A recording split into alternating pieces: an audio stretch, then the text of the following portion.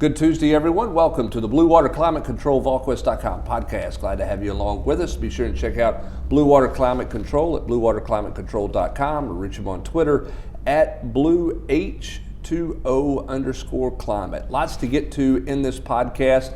We'll talk some basketball a little bit later as the Vols get ready for the SEC tournament. Spring practice starts later today. Plenty of football to get to that we'll dive into. Let's first start off on the recruiting front.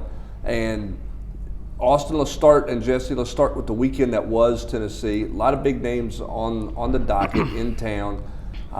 The fact that Isaac Washington was, just the fact that he came here, I thought was a big deal. I did not see a recommitment from Isaac Washington taking place this fast. I didn't think Tennessee was out of it, but I didn't think one visit here would get him back in the boat as a committed player. See, I did. Did you really? Yeah, it just seemed fairly impressionable. Yeah, well, and I just think more than anything, if he had went several places in between when he decommitted and this weekend, I could have lent myself to thinking that way. But for him to pinpoint this right away and come back, meet Brumbaugh, and I think that was as big as anything. I think he just got kind of spooked and knee-jerk reacted to decommit because Tracy was gone, and who knows what else was said, and and then I think once he got back over here and he calmed back down, then he realized, okay, this is why I committed here to begin with, and I really like Jimmy Brumbaugh having spent an hour with him in his office and all that. I thought that was big. I thought the weekend for Ritzy was a big weekend because I think it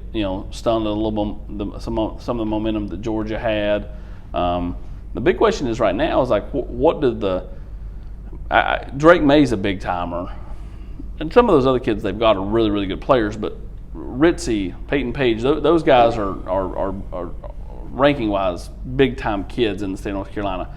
What do they think about this momentum that's going on in North Carolina right now? Do they see it as hey, if it works out, cool, I got to do what's best for me, or do they get swept up in it? For Javari, Jimmy Brumbaugh was on point with him. Which I think was a big sign for Tennessee, a good sign for Tennessee to see that, you're getting production out of your defensive line coach. And on the recruiting trail, you did not. You go back to the last two classes, and you lost 3 kids to Georgia 2 years ago. Last year, you lost a kid to A&M, a kid to Auburn, a kid to Kentucky. Those are all in-state D linemen. And you were really ineffective with any of them. Which is mind-boggling. Well, part of that is some of those kids you didn't know if you wanted to take or what you were going to do. Part of it you were wishy-washy. A couple were self-inflicted, but the majority out of the 6, I would say at least 4, you wanted, and you just. Well, no question. I'm not suggesting that Tracy Rocker. Look, he didn't recruit very well at Tennessee. His effort in recruiting was not very good at Tennessee, and I think that's the point that you're making there. The other interesting point, Jesse, I think, and Rob too, is this North Carolina deal in terms of what Mack Brown's got going on right now. Is this just things kind of falling into place perfect for them? Is this a little bit of a perfect storm? Tennessee's had those runs where they get boom, boom, boom, boom, boom. Maybe that's just this is North Carolina's run, and it's just so happening it's happening in March instead of June or July. Yeah, and I think they're probably also trying to capitalize on the fact that Clemson, continues to load up so early. So maybe they're trying to do their best to grab the lion's share that they can in terms of in-state guys. Hey, secure your spot. You're with us. And they're even going out. Sutton's a Tennessee guy. Right. They dipped in here, and that's a guy that I think was much lower on Tennessee's O-line board. Now, does a Ritzy give Carolina a long look? We'll see. I think Page probably is the more likely of those two to, I think, really seriously consider North Carolina because he's kind of talked about staying closer to home, which behooves both UNC and Clemson. But I think both of those kids are still pretty open. I don't think either one of them are close to doing anything as we sit here right now. And maybe that changes if they take another visit somewhere, whether it be Tennessee or elsewhere, later this month. But coming out of this weekend, I think Tennessee did a nice job with both those kids, and they got to continue to hammer away. Yeah, I think with Page, part of the reason there was all that the quote momentum with Clemson is everybody just assumed he was going to jump in the boat because Clemson's pressured this kid to pull the trigger. He's yet to do so, and from people I've talked to, it's kind of been a bit of a turnoff for the kid to get the kind of the get in the boat talk. That's not for everybody, but it's a big reason why Clemson does the way they do it. That's the way they do business. I was going to ask you, is that is he a big enough target to where they wait on him, or is he? Or is it one where they do move on like they're telling him? I think they move on eventually. I'm not sure they move on right now, but I'd say if it gets to May, I think even if it gets to May, I think you're back out on the road seeing kids and stuff. I think it's easier to turn your attention elsewhere unless you think that you've really got him and you just need one more little domino to fall to get him to go public. I mean, right now I don't think that's by any stretch of the imagination where we're at with this thing. That's what I tried to say on the board last night or Sunday night was don't everybody gets caught up in Page he's ranked higher. It doesn't matter. Tennessee likes Jahvaree Ritzie more than they do Peyton Page. One, because of the position of need, but two, because they just think he's got greater upside. So, I mean, don't always just get locked into what a kid's ranked. I mean, who does Tennessee covet? Tennessee covets Jahvaree Ritzie. The guys that were here this weekend. That's their guy. And it was good to have him on campus for more than one day. Oh, yeah, 3 days, Friday, Saturday, Sunday. Yeah, so I think that's important, getting that kind of extended face time. It worked out, and I gave Acevet kudos on Saturday by convincing the Northeast team, that had a ton of studs to come in and give the Vols a look to. I think Tennessee's chasing for Elijah Judy and Robbins and some others there. But it's good to get them on campus. It's good to, at least start that communication, open up that dialogue, have, Judy, who's you one can't of the get that good better vibe unless they get to campus. Yeah, and he talked about it being a different type visit when I talked with him, and just kind of, how Tennessee would use him. He enjoyed kind of getting to meet Shelton Felton for the first time. Now, again, they're playing catch-up there. He's been to Georgia several times as an official visit. Plan to Athens in April. Going to go to A&M officially, LSU officially. But you also got a bunch of 22s and 23s from that school on campus, which you're kind of starting that, and then that's going to be Acevet's deal is getting kids here, and then how do you lure them in? Yeah, I don't think there's going to be any doubt he's going to be as productive as anybody in getting kids on campus. I think that that's kind of his mentality, the way he goes. Kind of grinds a lot, like Jay got all those kids here in short order. So like Walt several years ago, Walt was really good at getting huge groups on campus, and then it's kind of how do you Now the question is, can you go to Pennsylvania exactly and really win? I mean, North Carolina to Tennessee is a lot easier to see as potential than it is to see a bunch of Pennsylvania kids come down. But again, you might get one or two, along the way over the course of the next couple of years. Well, and it's also all about starting that pipeline. I mean, part of the reason why Georgians and Ohio State and some others have had success up in that Pennsylvania, Philadelphia area for some of the real blue chippers is because they've gotten in the St. John's and some of those schools. And so when you have more than one kid that goes to your school, it's not just DeAndre Swift, but it's Webb and a couple others, and they come down, and a bunch of these guys are going to Ohio State. You then kind of have those long-standing ties that, Ken Daly is saying, 2 years down the road, well, yeah, I mean, Judy went there, so so that's what Tennessee's also trying to capitalize on, just, getting in early, whether it's there or in Washington, D.C., and some of those big powerhouse programs. And another thing I think they're doing a nice job of the staff, you talk about Jay and Acevet and those guys, yeah, they're responsible for getting them here, so kudos to those guys, but then, Shelton Felton getting with Judy, or Brumbaugh getting with all those North Carolina defensive linemen. Because, I mean, ultimately, Jay got him here, but, it's up to Jimmy Brumbaugh to really kind of lay on the big impression. That's going to be their position coach. For sure. So, I mean, to kind of tandem it and tag team. And, I mean, it's not groundbreaking stuff, but I think it's things they're doing better now that they weren't doing when they had the previous guys that were on the staff a year ago. And the other guy that I want to talk about is to me, a ton of traction with him. And of course, if you beat him, if you get him, you're beating out Alabama for him.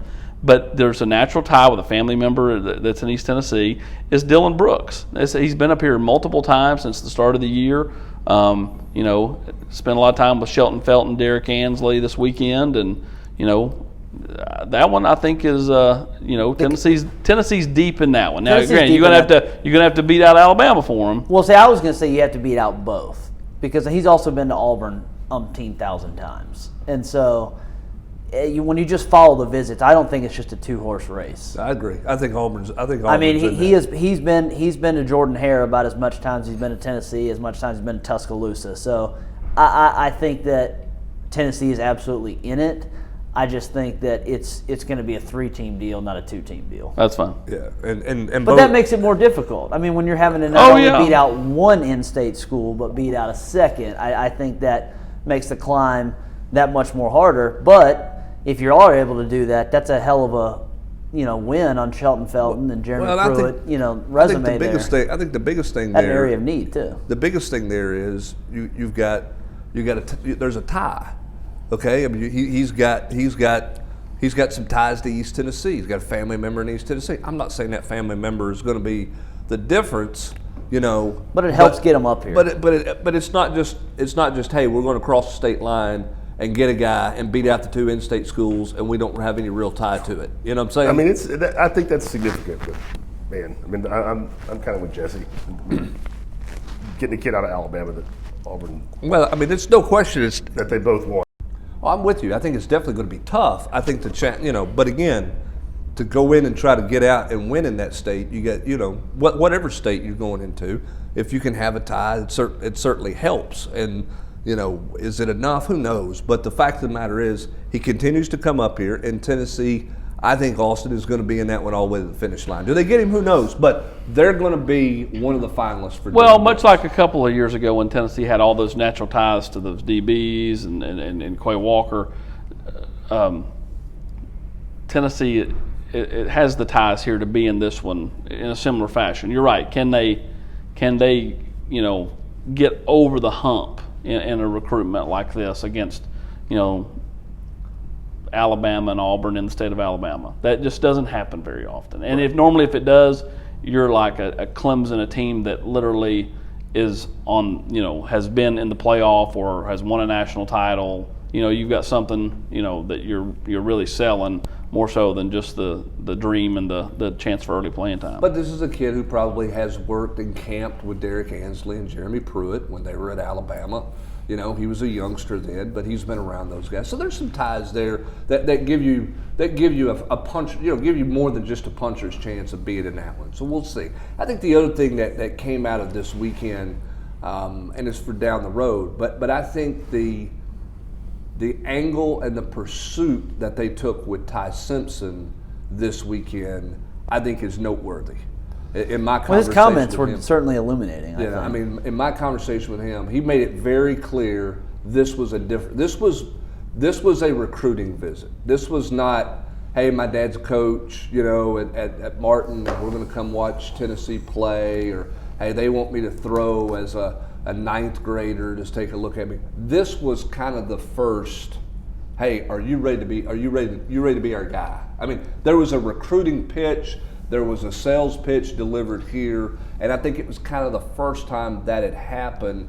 And there was I think that's something that Simpson was ready for. I think it was something that Simpson was ready for, and based off your conversations with him, and I think it was also both sides had questions for each other. He kind of talked about Chaney wanting to know who is Ty Simpson. Take me through who you are as a person, as a player, and then Ty wanted to be upfront was upfront that he wants to be the guy in 22. As he should be. As he should be. But he also understands that there's some other dynamics out there, including, another in-state quarterback that Tennessee could have interest in. And how does that, dynamic play out? And so I thought his, candor about that was noteworthy. That he even admitted, this thing, if he could be done with the recruitment process, sometime in the next 4 months, if it shakes out right. But I think both he and Tennessee, I think, are kind of have some questions about each other. Well, and I think the question that you have on both fronts is, look, you want to be the guy, get in the boat. Okay, end it. Okay, you want to be the guy, you can be the guy and end this thing. If it's hard to be, and I think this is sort of what Ty was talking about. It's hard to be the guy and string everybody along because they got to go keep recruiting other people if you're not ready to get in the boat. Because top flight quarterbacks, when they come off the board, as he said to me, it's not just about who's in your class. You're paying attention to who went the class before you. It's the biggest domino in anybody's recruiting class every year. Well, Oklahoma may be a factor for Ty Simpson right now. He may go visit them.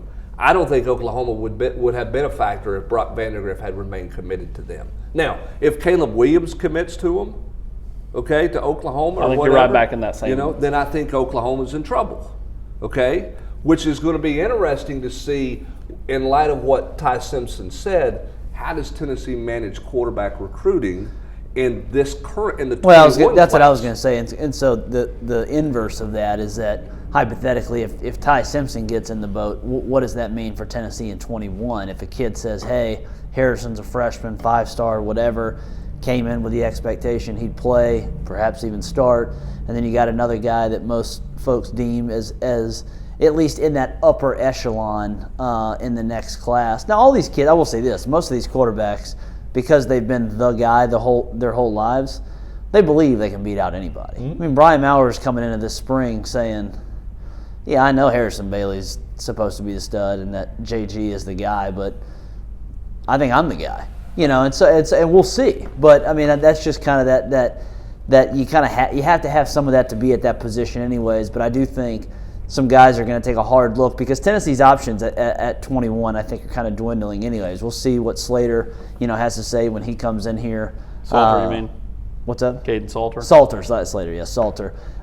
Into this week, so that's interesting. But Tennessee also got, it happened under the radar because it wasn't, we weren't sure if it was real or not right away, but they got another commit too, Edwin White, kind of they hope maybe low floor, super high ceiling type kid out of Mobile. His highlight tape is certainly impressive. I mean, he made umpteen thousand plays, as a safety for a state title team in Alabama.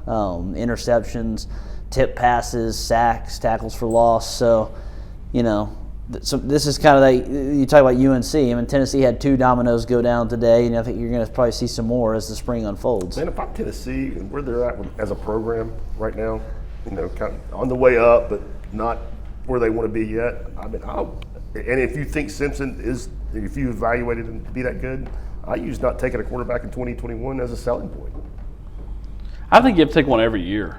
Just because, I mean, because what happens? Okay, let's go to this route. I think you have to take one. Yeah, and here's why. Because I think there's a real good shot Mauer and Shrout could be gone before the 2020 season gets here, much less 2021. I mean, if they come out of spring and Harrison Bailey's had a pretty good spring, even if he's not the guy, but if you got JG and Harrison Bailey, I mean, are they going to sit there and go, well, even if it doesn't happen at the same time, I think I'm in agreement that neither one are on the roster in 21. Yeah, so then all of a sudden, how long is Jimmy Holiday going to live at quarterback? I mean, can he live there multiple years, or does he say, okay, I want to play receiver because I want to play? But in that hypothetical, or does he say, I don't think I'm going to get a shot here, and I'm going to go try to play quarterback somewhere else? But to your point, in that hypothetical, if we're saying hypothetically, Mauer and Shrout are not on the roster in 21, you are removing 3 of the 5 quarterbacks that you currently are repping. But you're also saying if those 2 guys are gone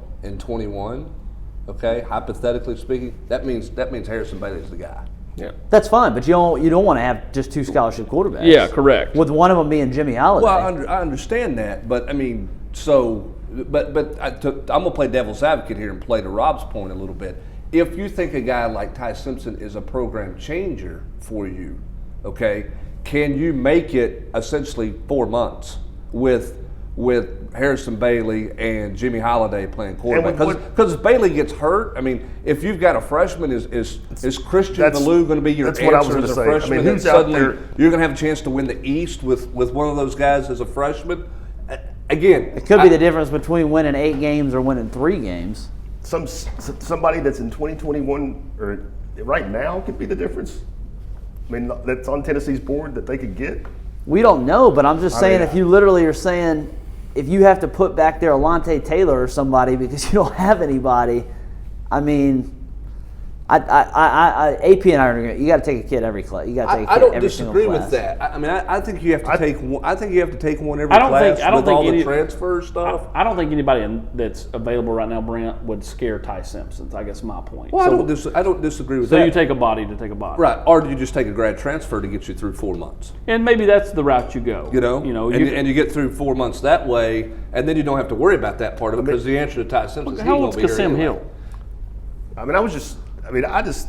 If you think now, listen, and that may be that's putting too much pressure on Ty Simpson. But if you think this guy is your Trevor Lawrence or your that's what I'm saying. Program changer, that's what I'm saying. We had this talk on TV the other night. He's the best quarterback that's come through this state, and I don't think it's close.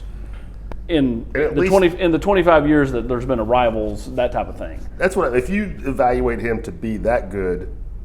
I think it's a unique situation. Otherwise, I say yes, you take one every year.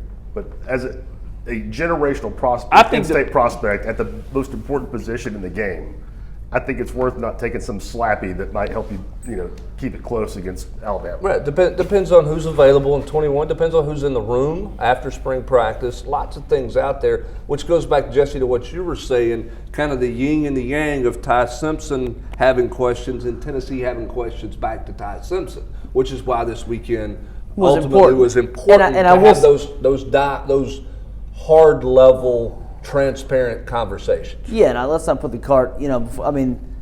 Ty Simpson is not Trevor Lawrence. Oh, I don't. But I mean, we don't know if he actually is a generational. No idea. He is probably the best guy that this state has produced in a long, long time. But that's not saying anything. But we did. I mean, he's Ty Simpson, super nice kid, very well spoken. We watched him throw that day a year ago.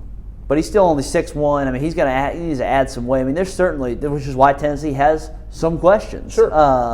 But it was a big visit, I think, for both parties. Yeah, and again, a lot of this that we've discussed way, way off the reservation in terms of hypotheticals. But the point in this in the last few minutes of this conversation on the podcast, this is what coaches are dealing with in quarterback recruiting. Yes. This is what quarterbacks are dealing with in quarterback recruiting.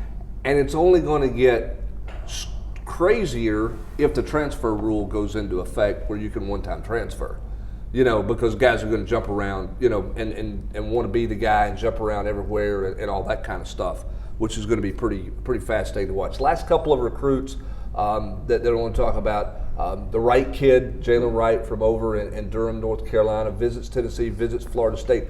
Feels like, Austin, that one's getting ready to really explode in terms of how much schools really want him and what they think of it. Florida State, close to offering, it sounds like, but I think some other schools are getting ready to go. Well, yeah, because it's speed kills. Yeah, I think that's a guy whose stock is. What does Coach say? Fastest kid in North Carolina. Yeah, I just think it comes back to people want guys that can run, and I mean he's state track champ.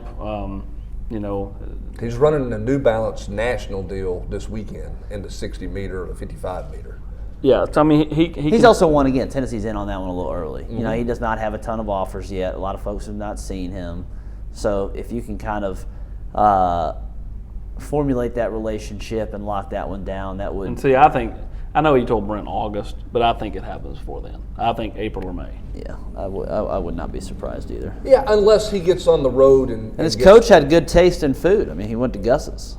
He did go to Gus's. But I think it's going to be that one may. I'm with you right now. I think it probably comes off earlier, but when coaches go on the road and start evaluating and he gets 10 offers in April, that thing may slow down a little bit because he may want to see some more places over the course of May, June, before the. We talk about what's happening in North Carolina. It probably helps Tennessee, even though Tennessee really liked Evan Pryor. Probably helps Tennessee. Evan Pryor's a similar type player. Going to take that spot at North Carolina. Right. Clemson kind of has its upper echelon to tailbacks that it's looking at. It's kind of in a different stratosphere.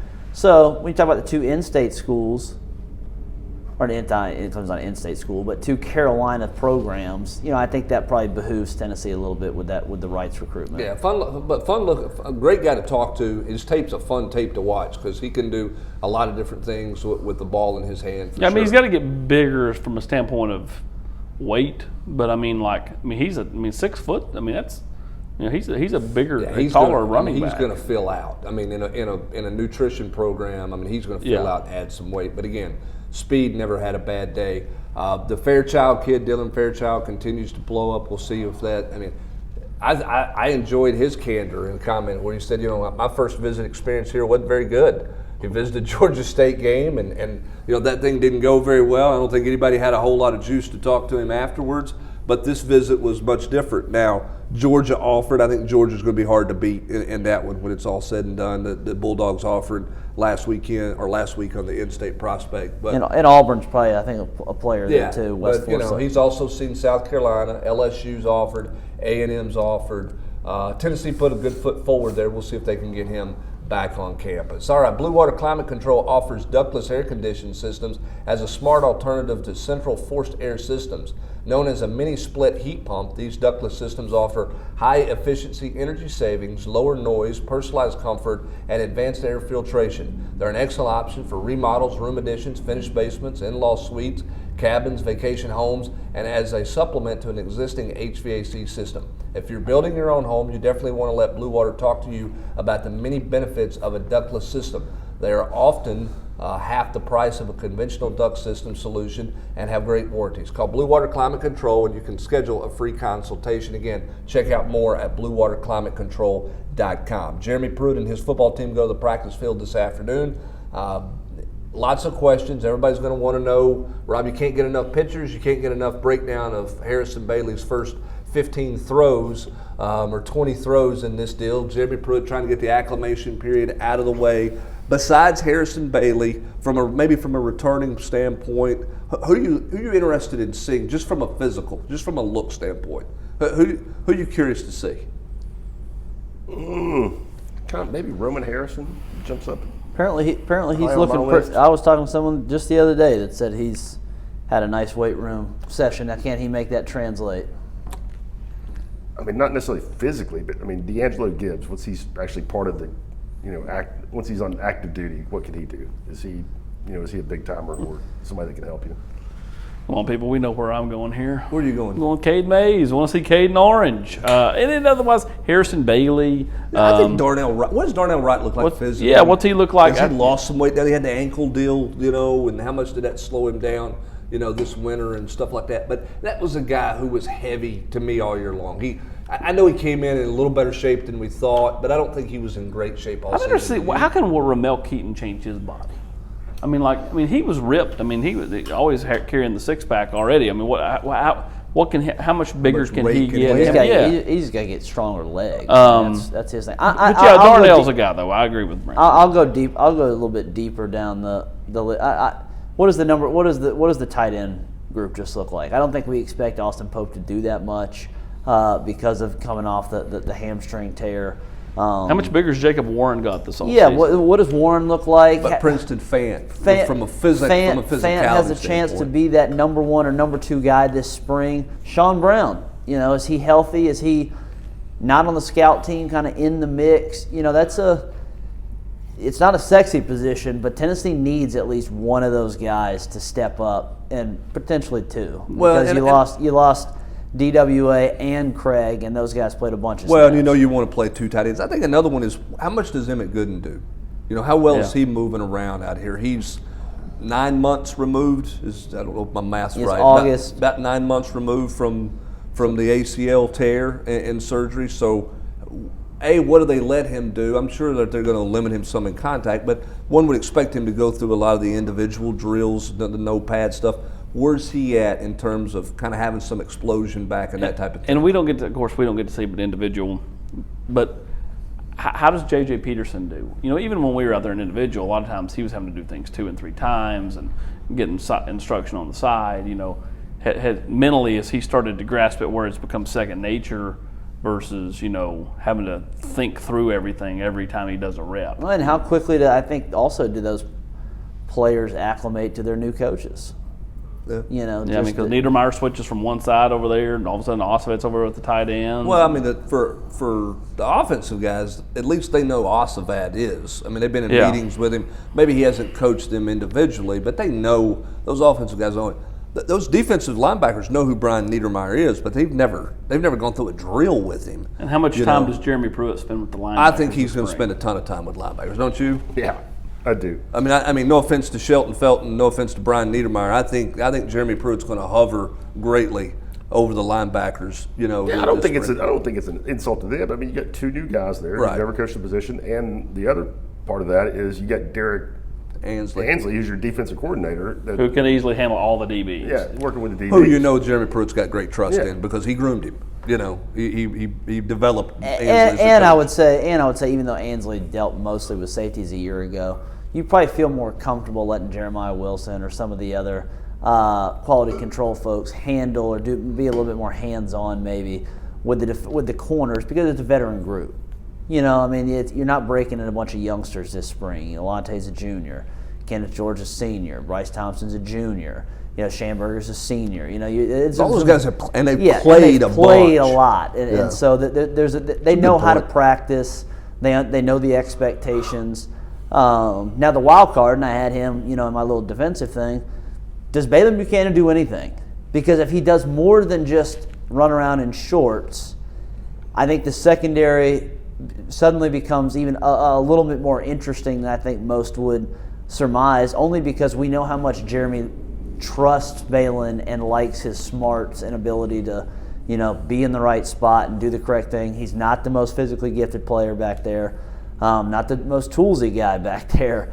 But I mean, knowing where to be is half the battle sometimes, and he started every game in Jeremy Pruitt's first season here. Well, let's face it. That secondary was better a year ago because Nigel Warrior figured it out, knew where to be, and helped everybody get where they needed to be. Right, and so which is why you could play some younger players because Nigel helped line those guys up. Yep, and so does Bailey being able to do at least some? I'm sure he's still going to be non-contact, but if he can actually be out there for more than just, you know, bare bones individual stuff.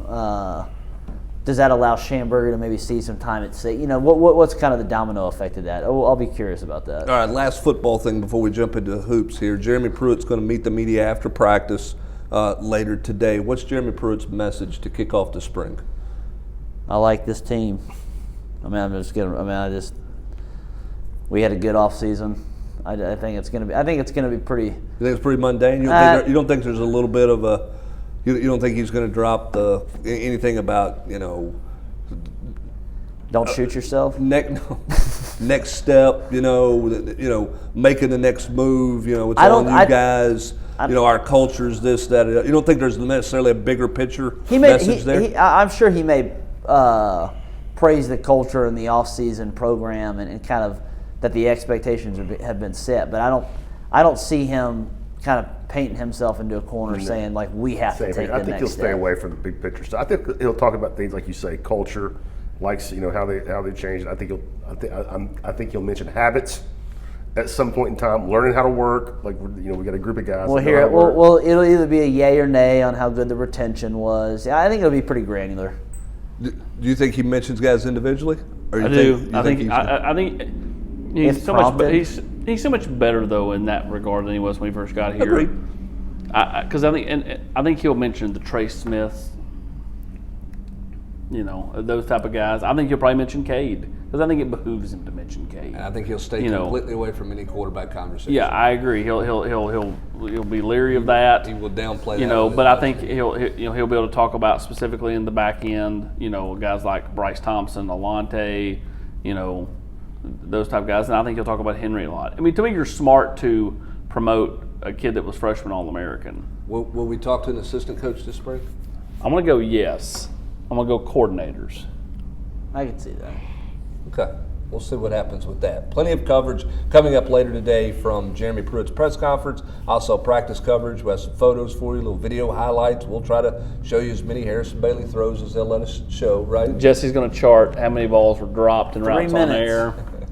Nobody charts routes on air better than Jesse. 3 minutes, baby. Nobody. It's crazy what it's done. I mean, I can go back to find my notes from '94 when we got to watch scrimmages and charted all those freshmen, but I didn't chart a lot of, charted Peyton Manning and Brandon Stewart, but didn't chart a lot of routes versus air through the years. But that's kind of where we're at this point in time. But we'll give you an update on how everybody looks today and try to give you as many photos and video highlights of those guys to give you a start for practice 1 of 15 for Tennessee this spring. As the Tennessee football team gets in full motion here and gets going, Rob Lewis, this Tennessee basketball team heads to Nashville with a black eye. With a black eye and in need of wins at this point in time for postseason play, right? There's not many more wins out there. Maybe one. Just completely did what to the bed on Saturday after. I mean, had it all in front of them. Beat Florida.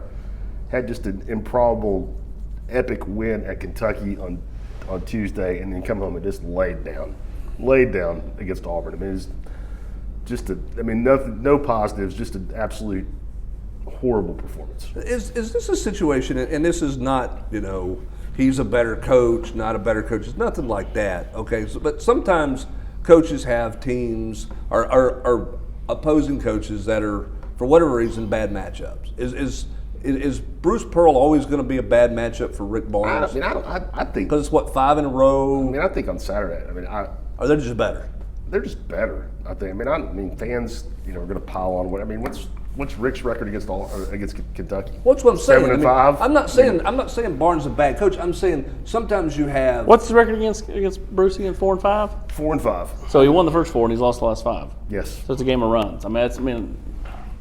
I think Auburn's guards are right now the difference. The difference.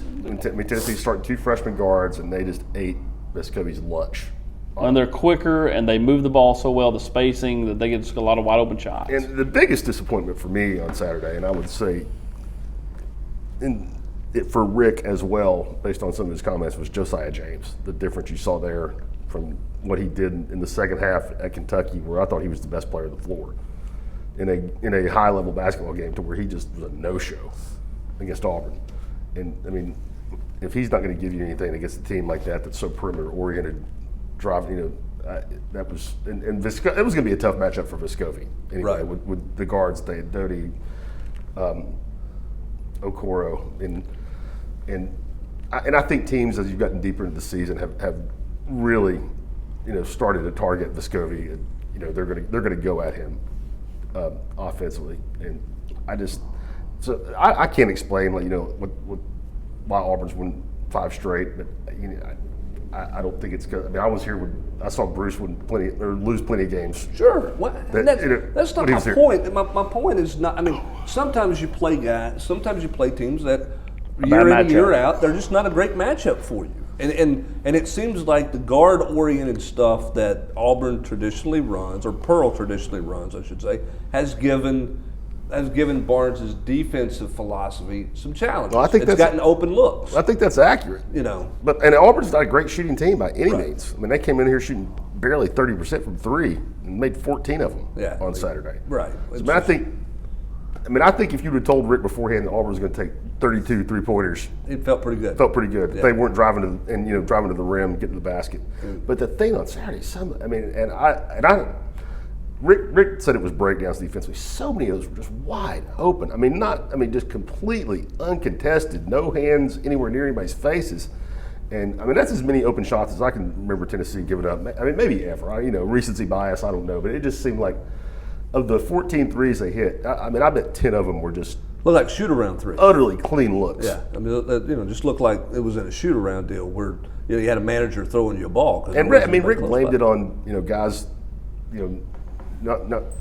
just not following the scouting report, either trying to run guys off the line who were not 3-point shooters or sagging. But if that's happening this late in the year, that's not a great comment about your team. All right, so Tennessee takes on Alabama in this deal. Coin toss.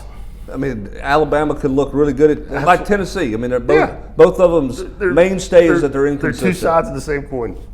Who know? You just don't know what you're going to get. I like watching Alabama play as much as any team in the conference. They play fast, and they're going to shoot. And they're going to shoot a bunch of threes. So, I mean, it kind of going to be a mirror of if they make 14, like Auburn did on Saturday. Tennessee's coming home. I mean, because Tennessee can't score. I mean, they can't score. Not at that level.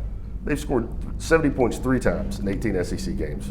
And one of them was at Kentucky. And what we're going to look back on is maybe the biggest fluke win, I've ever seen. They scored 50 points in the second half. Or, just.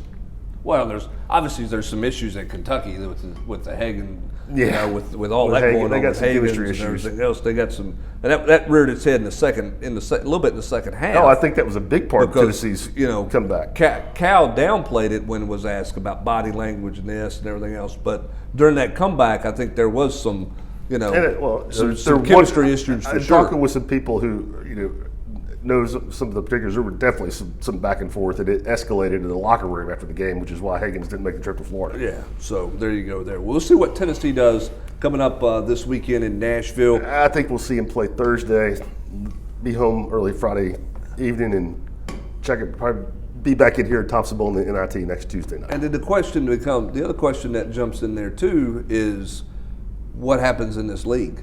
Do they get I that think Mississippi fifth? State's the 5th team.